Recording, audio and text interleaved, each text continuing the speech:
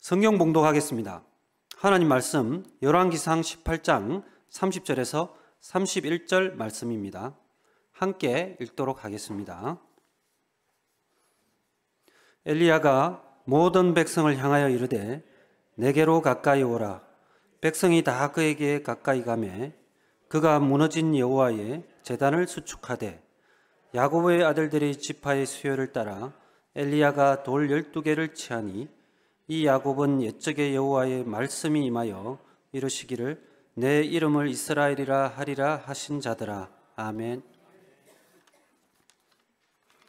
임원석 목사님께서 다음 세대를 살립시다라는 제목으로 하나님 말씀 선포해 주실 때 큰 감동 받으시길 바랍니다.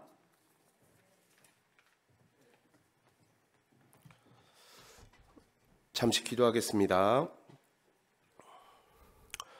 오늘도 살아 역사하시는 하나님 아버지, 거룩한 주의 날을 허락하시고 이 오후 시간 주님 전에 나와 장학 헌신 예배로 예배 드릴 수 있도록 인도하여 주시니 감사합니다.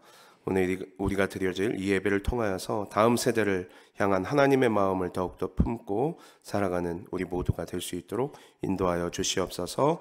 말씀 나눌 때에 성령께서 임하여 주시고 주님께서 주시는 말씀이 이 자리에 함께한 모든 성도님들의 심령에 깊이 새겨지는 거룩한 시간 될 수 있도록 성령님 도와주시옵소서. 예수님의 이름으로 기도합니다. 아멘. 할렐루야. 우리 옆에 있는 분들하고 인사하도록 하겠습니다. 다음 세대를 살립시다. 아멘. 네, 이번 또 우리 집사님께서 광고해 주신 것처럼 각 교육부서 교회학교 겨울 수련회 또 성경학교가 이제 진행되고 있습니다. 아직 이제 다음 달에 진행될 부서들도 있고 한데 여러분들 정말 다음 세대를 위해서 계속 기도해 주시기 바랍니다. 오늘 장학 헌신 예배로 우리 함께 예배를 드리는데 다음 세대를 살립시다 라는 제목으로 함께 말씀 나누도록 하겠습니다. 작년 2022년도 대한민국 여러분 출산율, 한 명의 가임 여성이 가지는 출산의 기대치, 출산율이 몇 명인 줄 아십니까? 0점. 네, 뭐 자료가 되게 많더라고요. 저도 찾아보니까 전 세계 어떤 자료들에서도 나온 것이 있고 우리 대한민국 통계청에서도 나온 자료가 있습니다. 가임기 여성 한 명당 기대할 수 있는 작년도 우리나라 출산율은 0.8명이라고 우리나라 통계청에서 낸 자료에는 그렇다고 합니다. OECD 국가 중에 꼴찌를 차지하고 있지요. 특별히 여러분 얼마 전에 이제 작년에 수능도 우리가 치르고 했는데 대학 진학률이 그 연도별로 태어난 출생의 그 아이들에 비해 70% 정도가 매년 평균적으로 그 해에 대학을 진학한다고 합니다. 작년에 42만 명이 대학 수능 시험을 치르고 수험생으로 수험 대상자였다고 해요. 근데 70%니까 작년에 기준으로 이제 20살, 19살이 되는 친구들 19년 전이겠죠. 태어났을 때 그 당시의 출산율, 신생아 수는 60만 명이었다고 합니다. 그러니까 67에 42 해서 얼추 평균이 맞는 것 같아요. 근데 놀라운 사실은 작년에 우리 대한민국의 신생아 총 인원수가 26만 명이라고 합니다. 그러니까 19년 전에 비해서 절반 이하로 이미 떨어진 것이죠.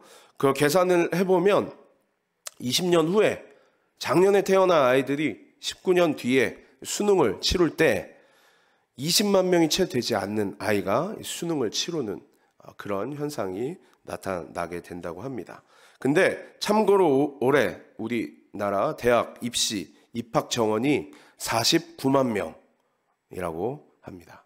그러니까 49만 명인데 이미 올해 수능을 치르고 대입을 치르는 학생이 42만 명이에요. 정원은 49만 명인데 벌써 정원이 더 넘어섰죠. 대학 정원이. 심각한 것은 이제 작년에 태어난 아이들이 대학을 갈 때가 되면 절반 이하 60%에서 70% 대학은 자리가 텅텅 비어있는 그런 상태가 수치상으로 나타나 있다고 합니다. 절반 이상 되는 대학 문을 닫아야 되는 현실이 우리 대한민국이 갖고 있는 현실입니다. 대학뿐만 그러겠습니까, 여러분들? 교회도 교회의 현실과 고민 중에 하나가 이제는 다음 세대를 향한 관심과 그런 생각들이지 않습니까? 출산율 감소로 인한 자연적인 교인들의 감소 뿐만 아니라 청년들은 자꾸 교회를 떠나가는 것이 현실입니다. 예전 같지 않고 목회자 자녀나 아니면 중직자, 또 집사님, 권사님, 장로님 되는 집안의 자녀라고 한다면 당연히 내가 교회 생활하고 교회 안에서 신앙을 갖고 살아가는 것이 운명처럼 그렇게 살아온 시대를 이제는 벗어나서 지금 세대는 그렇지 않습니다. 내 마음에 들지 않고 내가 원치 않으면 언제든지 교회를 떠나는 것이 지금 청년들 세대의 현실이죠. 대한민국 교회 많은 목회자들이 갖고 있는 고민 중 기도 제목 중 하나가 이것이지 않을까 생각해 봅니다. 저도 이제 지방이나 시골에서 목회를 하는 친구, 동료, 또 동기, 선후배 목사님들이 참 많이 있는데 교회에 젊은이들이 아예 없어서 젊은이 사역을 늘 하다가 그런 지방이나 아니면 중소도시에 교회에 간 후로는 자신이 하고 있었던 그 사역들을 아예 시도조차 해보지 못한 채 사역하고 있는 경우가 허다한 현실이고 앞으로 가면 갈수록 이러한 현실들은 우리에게 더 찾아올 것만 같습니다. 더 큰 문제는 시대가 갈수록 젊은이들이 교회를 불신한다는 데 있습니다. 또 조사한 자료들을 찾아보니까 작년 같은 경우에 교회 우리 기독교를 신뢰하는 신뢰도를 조사한 자료에 교회를 신뢰하지 않는다라고 응답한 인원이 75%, 3분의 2, 4명 중에 3명이 교회를 신뢰하지 않는다라고 대답했다고 합니다. 신뢰하는 편 이상은 18%, 응답하지 않은 사람이 6% 정도라고 하죠.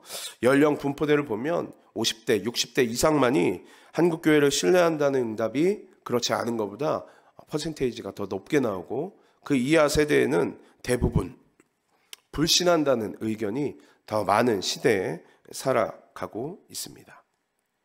이러한 현상은 무엇 때문에 여러분 지금 현실에서 우리가 맞이하고 있는 그리고 앞으로 더 심각하게 생각하고 맞이해야 할 그런 상황들일까요? 흔히들 많이들 이야기하죠. 말 그대로 교회가 부패하고 잘못되고 썩어서 이러한 결과들이 나타났을까요?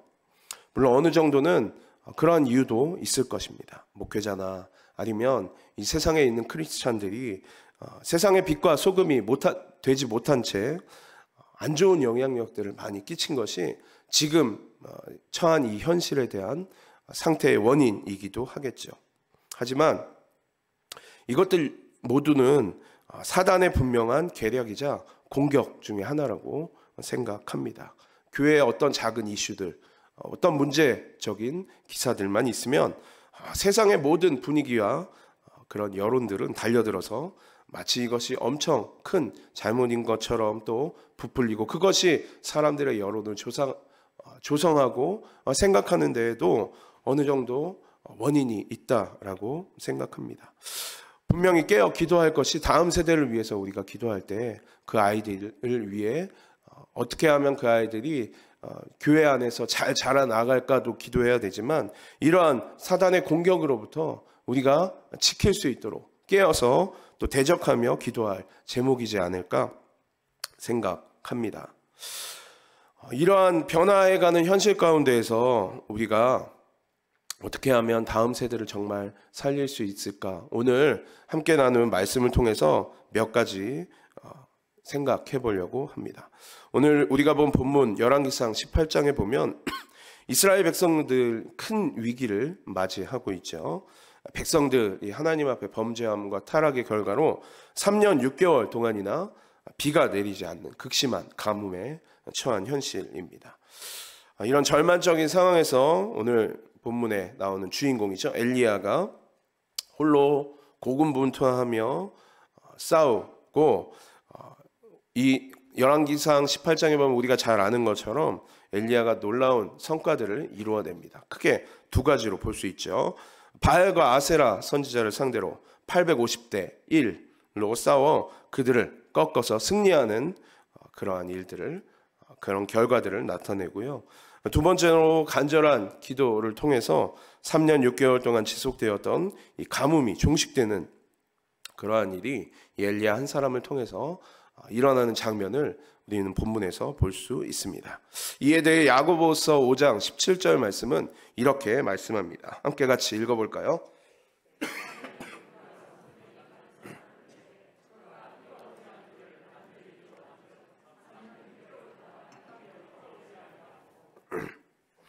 다시 17절 그 뒤에 18절 다시 기도하니 하늘이 비를 주고 땅이 열매를 맺었느니라, 이렇게 말씀하고 있습니다.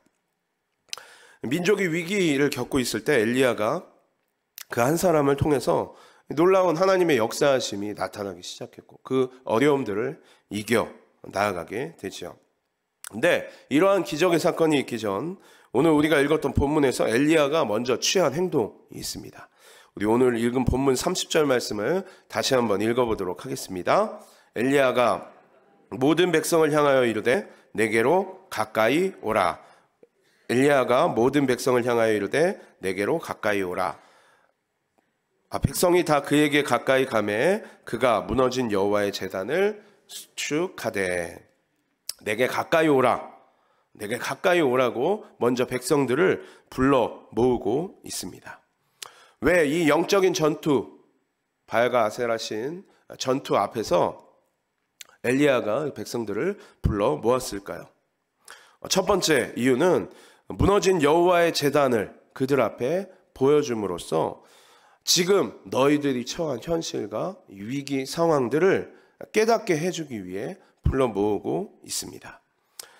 현실을 깨닫는다는 건 굉장히 중요한 사실입니다. 지금 우리 교회 안에서 다음 세대들, 신앙을 가르치고 배워야 할 이 세대들, 그들 안에 있는 어떠한 문제들이 있는가, 그것들을 눈으로 보고 깨닫고 현실을 알고 있는 것은 굉장히 중요합니다. 물론 이스라엘 백성들 모두가 여호와의 제단이 이미 무너져 있었다라는 사실을 알고 있었을 것입니다. 자신들의 범죄함 또 타락함으로 인해서 하나님이 우리와 함께하지 않는 기간이 비를 내리지 않으면서 3년 6개월이나 지속되고 있음을 그들은 알고 있었습니다. 다시 한번 엘리야는 그들을 제단 앞에 불러 모아서 인식시켜주고 있는 것이죠. 여호와의 제단이 무너진 이 현실, 이것을 보아라. 이것이 얼마나 심각한 문제인지를 너희가 알고 깨달아야 한다. 엘리야 혼자 막 고군분투해서 제단을 쌓고 850대 1로 싸워서 이겨나가는 것, 그것도 역시 중요하고 아주 중요한 일이지만 다음 세대들에게 그 현실을 잘 못 깨닫고 있는 현실 가운데에서 그것들을 알지 못하고 살아가고 있는 그들에게, 백성들에게 그 현실을 알려주고 깨닫게 해주는 것이 우리 먼저 믿은 사람들이 해나가야 할 첫 번째 과제이지 않을까 생각해 봅니다. 그리고 이어서 엘리야가 그 무너진 제단을 보여주는 것 이후에 대안을 제시하고 있음을 우리는 살펴볼 수 있습니다. 한 목사님이 이제 신학교에 가시게 됐다고 합니다. 큰 교회 유명한 목사님이라고 하는데 이제 신학생들에게 설교하시기 전에 이제 총장님하고 밥을 먹는 식사 자리가 있었는데 총장님이 그 목사님께 그렇게 부탁을 하셨다고 합니다.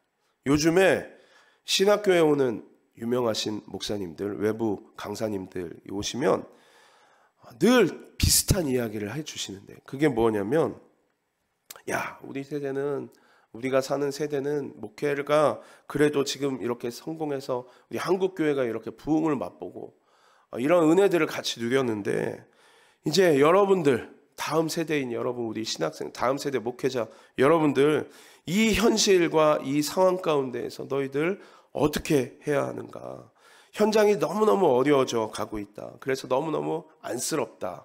이런 식의 내용들을 늘 설교하신다고 하는 겁니다. 그러면서 총장님이 그렇게 당부를 하셨다 합니다. 그런 내용 좀 우리 신학생들한테 설교하지 마시고 다음 세대를 위해서 어떻게 영적으로 깨어 있어야 하는지를 말씀해 주시고 그렇게 좀 설교를 해달라 이렇게 부탁을 하셨다고 해요. 그러니까 이 목사님이 속으로 찔렸다고 하십니다. 자기도 그런 얘기를 이제 하려고 준비하셨기 때문이죠. 말씀이 없는 대안이 없는 말씀만으로 현실에 자각하는 것, 현실을 깨닫고 있는데 그것에 대한 대안이 있는 것이 가장 중요한 일이지 않을까요? 문제다, 걱정이다, 지금 현실이 이렇다, 앞으로는 더 어려워질 것이다, 말만 하는 것으로는 문제 해결이 되지 않습니다. 바로 대안이 필요한 것이죠. 엘리야가 백성들을 불러 모아서 현실을 깨닫게 해준 뒤에 그들에게 또한 대안을 제시를 해줍니다. 너희들이 무너진 현실 가운데에서 꼭 지켜 나아가야 될 것이 있다, 필요하다라고 말씀해주고 있는 것이 30절 후반부에 나와 있는데, 첫 번째는 하나님과의 관계 회복입니다. 30절 뒷부분에 보면 무너진 여호와의 제단을 다시 수축하고 있다고 엘리야가 그 말씀에서 표현하고 있습니다. 무너진 여호와의 제단, 얼마나 신앙이 무너져 있는지 그 상황 가운데에서 직접 엘리야의 손으로 수축하는 것, 그리고 백성들을 불러 모아서 그 제단을 수축하게끔 만들고 있다라는 것이죠. 영적인 신앙의 재건을 향한 사전 작업, 지금 우리 현실 가운데 교회를 떠나고 앞으로 더 어려워질 이 신앙을 지켜나가는 다음 세대를 위해서 우리가 반드시 기억해야 되는 것은 영적인 신앙 재건을 위해서, 하나님과의 관계 회복을 위해서 늘 노력해야 되는 것, 하나님을 만나기 위해서 우리는 수단과 방법을 가리지 않고 우리 다음 세대, 우리 자녀들에게 알리고 그들에게 깨닫게 해줘야 할 필요가 있다라는 것입니다. 여러분, 수련회, 여러분 교회 교육의 현장 가운데 여러분 자녀들을 어떤 일이 있더라도 좀 보내시길 축복합니다. 그 자리에 나와서 하나님과의 관계 회복을 경험하는 것이 그들이 가질 수 있는, 다음 세대가 가질 수 있는 정말 중요한, 유일한, 어찌 보면 유일한 대안이지 않을까요, 여러분들? 다음 세대를 위해서 현실을 우리가 직시했다라면 그들이 어떻게든 하나님께로 나아오고 하나님을 만나고 하나님의 자녀 되어서 그 관계가 회복될 수 있도록 최선을 다하고 또 노력을 해줘야 하는 것이 우리 기성세대들이 해야 할 과제지 않을까 생각해 봅니다.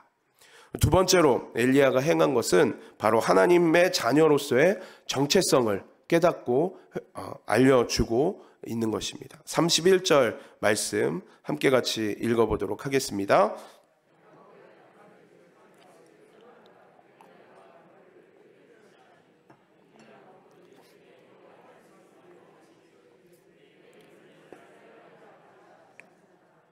지금 이제 엘리야가 무너진 제단을 다시 쌓는 과정에서 돌 12개를 취하는 일들을 했죠. 바로 이스라엘의 정체성, 하나님께서 처음 이스라엘을 만드시고 그들 가운데 지파들을 세우시고 한 그 방법들로 여호와의 제단을 수축하고 있다라는 것이죠. 그 의도를 분명하기 위해서 이 말씀 31절 말씀에도 설명해 주고 있죠. 이 옛적에 이 야곱은 여호와의 말씀이 임하여 이르기를 내 이름을 이스라엘이라 하리라. 그러니까 처음 야곱을 통하여 이스라엘이라는 이름을 주셨던 그 때를 상기시켜 주면서 너희의 정체성이 무엇인지, 너희가 어떻게 하나님 앞에 하나님의 자녀로, 지파들로, 하나님의 백성으로 부름 받았는지를 다시 한번 깨닫게 해주고 있다라는 것입니다. 엘리야가 갖고 있는 정확한 인식, 자기 한 사람이 850대 1로 한 번 싸워서 이 바알과 아세라, 이 적들을 물리치고 이기는 것도 중요한 거 엘리야는 알고 있었습니다. 하지만 그보다도 더 어쩌면 중요한 것, 이스라엘 백성들이 하나님 앞에서 자신들의 정체성을 다시 한번 깨닫고, 그래서 어떻게 하나님의 백성으로 살아가야 하는지를 알고 하나님의 부름받은 자녀로서, 백성으로서 다시금 주님과의 관계를 회복해야 될 그 일들을 엘리야는 무엇보다 그것이 중요하다는 사실을 알았기에 그 백성들을 불러 모아 이러한 일들을 행했던 것입니다. 여러분, 열왕기상 오늘 우리가 보았던 18장이 넘어가고 19장에 보면 그런 이야기가 나옵니다. 이제 엘리야가 바알과 아세라 신을 섬기는 850대 1로 승리를 한 뒤에 19장에 가면 승승장구를 하는 모습이 나오는 것이 아니라 이제는 이세벨에게서 내가 널 반드시 죽일 거다라는 그러한 협박을 받게 됩니다. 근데 자기가 이렇게 노력해서 이겼음에도 불구하고 어떤 현상이 벌어지냐면 이스라엘 백성들 안에 어떤 회복과 눈에 보이는 결과들이 나타나지 않는 거예요. 그러니까 하나님 앞에서 엘리야가 두렵고 떨리는 그런 인간적인 마음도 있지 않겠습니까? 그러니까 주님 앞에 그 두려운 마음들을 내어놓고 나아갑니다. 하나님, 내가 이렇게 주님 부름받아서 목숨 걸고 저 850대 1로 이겼는데 내 현실은 이제 당장 내일 저 적들에 의해서 죽임을 당하게 생겼습니다. 이걸 어떻게 합니까, 주님? 답답합니다라고 주님 앞에 그렇게 토로했을 때 하나님께서 엘리야에게 무엇을 말씀하시죠? 내가 너를 위해서 이 땅 가운데 아직 바알에게 무릎 꿇지 않는 7,000명의 사람들을 준비시켰다라고 주님께서 말씀해 주시는 것이죠. 여러분들, 우리가 다음 세대를 향하여서 다음 세대를 위해서 다들 알고 계시죠? 지금까지 제가 설교한 내용들 다들 현실적으로 알고 계실 겁니다. 우리가 출산율이 없고 다음 세대를 잘 키워내야 한다, 잘 이겨나가야 된다, 그들을 말씀으로 하나님과의 관계 회복을 다시금 이제 회복시켜줘야 된다, 어떻게 할까라고 우리 모두 다 생각하고 있는데, 어찌 보면 우리 시대에 정말 우리 모두는 그냥 단순히 엘리야와 같은 그 한 사람을 위해서 우리 자녀들을 양육하고 신앙으로 교육하고 있는지 모르겠어요. 엘리야는 여러분 한 사람입니다. 그 바알과 아세라 신과 싸워서 이길 사람은 하나님께서 단 한 사람, 그 사람을 세워주셨어요. 근데 우리 모두는 내 자녀가 다음 세대가 그냥 그 한 사람이 되기만을 원하면서 살아갑니다. 하지만 하나님의 계획 가운데에는 이미 준비된 7,000명의 하나님의 군사들, 용사들이 있었다라는 것이죠. 그들이 그들 삶의 정체성이고, 어찌 보면 하나님의 입장에서는 엘리야 한 사람보다도 더 중요한 것이 그 7,000명, 바알에게 무릎 꿇지 않고 하나님 자기의 신앙을 지켜내었던 그 7,000명 중에 단 한 사람도 그 누구도 엘리야보다 덜하지 않고 주님께는 중요한 한 사람이지 않을까 생각해 봅니다. 우리가 다음 세대를 위해서 걱정하고 또 키워나가야 된다 할 때 우리는 모든 우리 자녀들, 다음 세대들을 엘리야 한 사람 같이 키우려고 하는 그런 욕심이 아니라 하나님이 이 아이를 향하여서 어찌 보면 그 아이는 단순히 7,000명 중에 한 명으로 키우셨을지 모르겠지만 주님께서는 그 아이를 정말 하나님의 귀한 도구로, 용사로 부르셨음을 기억하시기 바랍니다. 그리고선 그 정체성을 회복시켜 주기 위해서 너를 위해서 하나님께서 준비하신 것이 어떠한 것인지를 알려주기 위해서 최선을 다하여 우리의 재정도 드리고 우리의 시간도 드리고 헌신과 모든 것들을 드려서 우리 다음 세대, 우리 자녀들을 양육할 수 있는 우리가 되기를 축복합니다.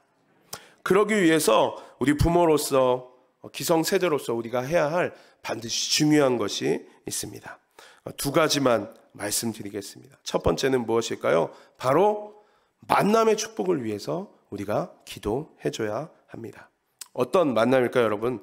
영적인 멘토를 향한 만남입니다. 먼저는 나 자신이 부모로서, 아버지로서, 어머니로서, 할머니로서 그러한 멘토가 되어줄 수 있어야 하고요. 또 그러한 신앙의 믿음의 선배를 만날 수 있도록 우리가 기도해 주어야 합니다. 아이들, 여러분, 우리 교사로 섬기시는 분들은 잘 알겠지만 우리 청소년들 정말 부모님 말씀 잘 안 듣습니다. 부모님 말씀 잘 듣지 않아요. 학창 시절에 하지만 선배들의 말은 잘 듣습니다. 그 선배들의 모습을 보면서 자라가는 것이죠. 저도 어렸을 때 제 기억들을 돌아보면 중학교 때부터 청년 모임을 그렇게 가고 싶어 했습니다. 청년 모임이 있으면 청년 형들 이렇게 모임하고 있으면 가서 옆에 꼽사리 껴서 처음에는 그냥 맛있는 거 얻어먹으러 갔다가 하지만 그 모임이 참 좋아서 이렇게 갔던 기억들이 있습니다. 여러분들 만남의 축복을 위해서 늘 기도하고 지원해 주시기 바랍니다. 그 만남의 자리에 우리 아이들을 보내주시기 바랍니다. 우리 아이들 다른 걸로 신앙을 경험하고 성장하는 것이 아니라 내 옆에 있는 주변에 있는 그 누군가 한 사람, 신앙의 멘토, 모델링 되는 그 사람을 통해서 변화될 수 있는 우리 아이들입니다.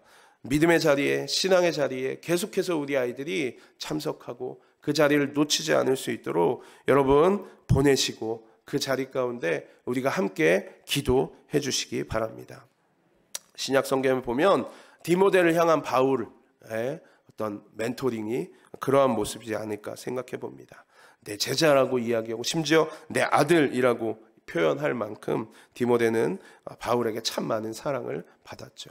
그가 그렇게 귀한 사역자가 디모데가 될 수 있었던 것도 바울이라는 좋은 멘토, 신앙의 선배가 있지 않았을까 생각해 봅니다. 여러분들 왜 청소년들 젊은 사람들이 다음 세대가 교회를 떠난지 아십니까? 본 것이 없기 때문입니다.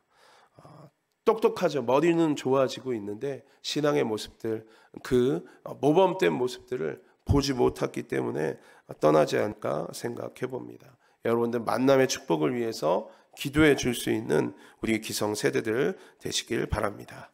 두 번째로는 우리 가정에서의 신앙의 가르침이 필요합니다. 앞서 엘리야가 12개의 돌들을 취한 이유가 무엇일까요?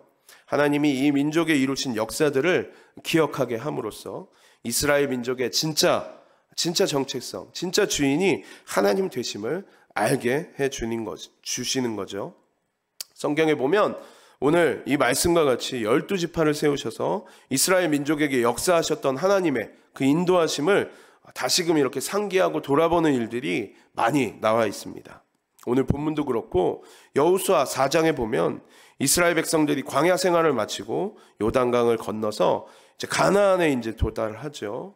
그리고선 그곳에서 했던 일이 요단을 딱 건너는 그 지점에 돌 12개를 취해서 기념비를 세우고 있었던 장면이 또 나타나 있습니다. 여호수아 4장 3절 말씀에 보면 그 내용이 나와 있죠. 함께 같이 읽어보도록 하겠습니다. 그들에게 명령하여 이르기를 요단 가운데 제사장들이 발이 굽게 선 그곳에서 돌 12를 택하여 그것을 가져다가 오늘 밤 너희가 유숙할 그곳에 두게 하라 하시니라. 하나님께서 성경에서 때때마다 12지파를 기억하게 하시는 그 목적이 있지요. 먼저는 엘리야가 이 850대 1로 우상 섬기는 자들을 이긴 그것, 하나님이 하셨다라는 그 사실을 엘리야를 통해서 나타내 보이신 것, 또 이스라엘 백성들을 또 가나안에 무사히 도달하게 된 그 사건, 그것을 하나님께서 해주신 우리 가정에, 또 우리 백성에, 우리 민족에 하나님이 이전에도 우리에게 그렇게 하셨던 것처럼 오늘날 우리에게도 동일하게 하셨다라는 것을 다시 한번 기억하고 상기시켜 주는 것입니다. 그렇게 본다면 여러분 가정 가운데에 우리 세대가 지나고 우리 자녀들이 성장하여서 우리 가문 안에, 가정 안에 그렇게 기억할 수 있는 우리 가정 안에 믿음의 어떤 그런 징표들, 우리가 기억해 볼 수 있는 그 은혜들이 우리 가정 안에 있어야 되지 않을까요? 그래, 내가 어렸을 때 우리 부모님을 통하여서 경험했던 그 하나님, 부모님을 통하여 역사하시고 보여주셨던 우리 가정에 임하셨던 하나님의 은혜와 사랑과 축복들을 우리 자녀들이 삶 속에서 보고 자랐을 때 그것이 되물림되고 또 되물림되어서 신앙의 유산으로 우리 가정 가운데, 다음 세대 가운데 우리 자녀들에게 물려주게 될 줄로 믿습니다. 여러분 가정이 위기 때 함께 하신 그 하나님을 기념하는 기념비적인 어떤 사건이나 어떤 일들, 행하신 그 역사들을 여러분들 우리가 삶으로 보여주기 시작할 때에, 가정 안에서 교육들로 그것들을 나타내 주기 시작할 때, 여러분 그것이 우리 다음 세대를 살리는 가장 중요한 핵심이 아닐까 생각해 봅니다.